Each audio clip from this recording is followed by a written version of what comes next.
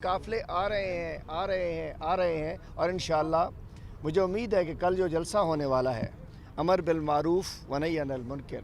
पाकिस्तान की तारीख़ का सबसे बड़ा वो जलसा होने जा रहा है जो सच्चाई के साथ खड़ा होगा,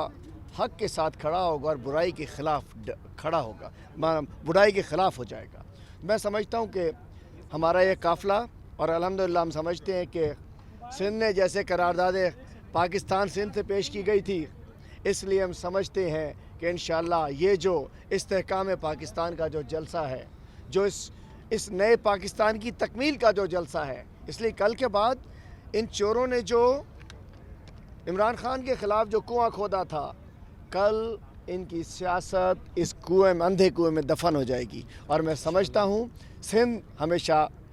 फ्रंट फुट पे रहा है, इस दफ़ा भी हम अल्हम्दुलिल्लाह सिंध से यहाँ पहुँच चुके हैं और मैं समझता हूँ कि इंशाअल्लाह पूरे पाकिस्तान ने कल जो पैगाम देना है, जो जोश जज़्बा मैं शेयर करूँ, जहाँ रुकते थे रास्ते में लोग विक्ट्री, जहाँ से गुज़रो विक्ट्री, जहाँ से गुज़रो। और अक्सर लोग मुझे कराची के शहरी मिले हैं, लाड़काना के, नवाबशाह के, जिन्हें ना हम लेकर आए,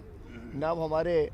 पार्टी के वर्कर हैं, ना हमारे वो ओहदेदार हैं, जो हमें मिले कि जी हम इमरान खान के साथ खड़े हैं। इस वक्त अगर इमरान खान का साथ ना दिया तो ये अग़ियार